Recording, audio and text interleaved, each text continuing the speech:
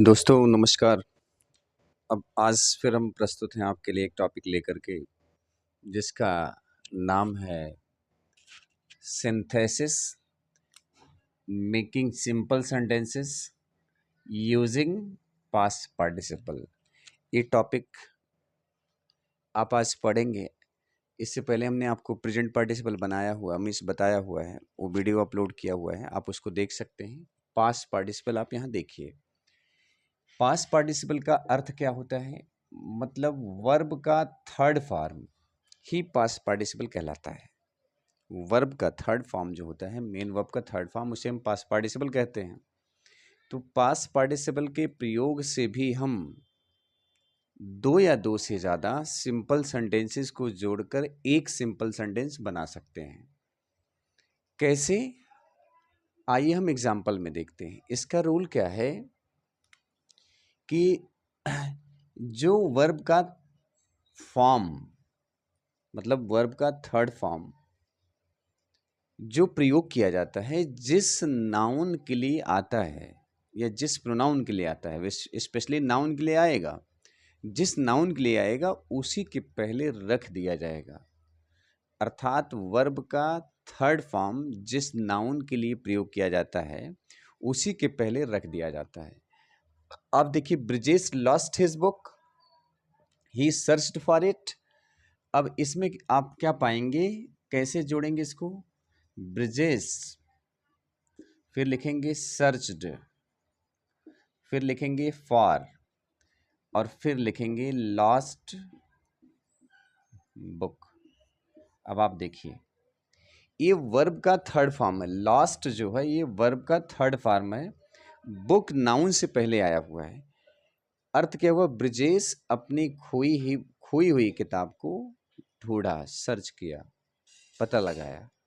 तो वर्ब के third form को उस नाउन या प्रोनाउन से पहले रख देते हैं जिसको क्वालिफाई कर रहा होता है। अगला सेंटेंस देखिए, अगर आप ध्यान से देखेंगे तो आप समझ जाएंगे। He met a man, the man was injured. He met a man, the man was injured.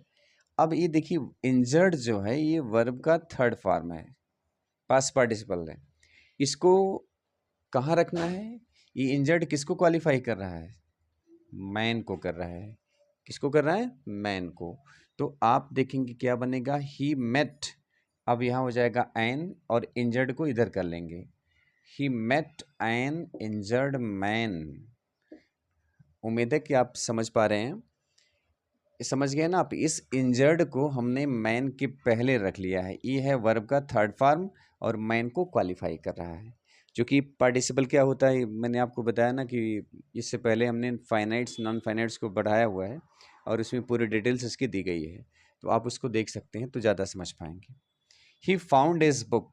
अगला सेंटेंस देखिए, he found his book, it was stolen. अब आप बताइए मुझे, ये स्टोलन जो वर्ब का थर्ड फॉर्म आया हुआ है, ये एक्चुअली किसके लिए आया है? बुक के लिए आया, ही के लिए आया है? आप बिल्कुल सही करें, ये आया हुआ है बुक के लिए। तो बुक से पहले रख दीजिए, सेंटेंस बन जाएगा he found his stolen book. अब देखिए, सेंटेंस आपका सिंपल बन रहा है। पहला भी सिंपल बन गया, दूसरा भी बन गया, तीसरा भी बन गया। चौथा देखते हैं क्या है। He bought a car, it was used. उसने कार खरीदा, ये पहले से प्रयोग में थी, अर्थात किसी के पास थी, पुरानी कार उसने खरीदा है।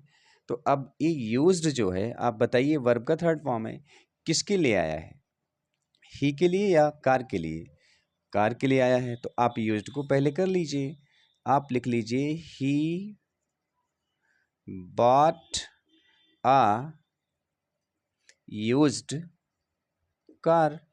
अब ये सेंटेंस देखिए बन गया। यहाँ स्टोलन बुक हुआ, यहाँ यूज्ड कार हुआ, यहाँ इंजर्ड मैन हुआ, और यहाँ लॉस्ट बुक हुआ।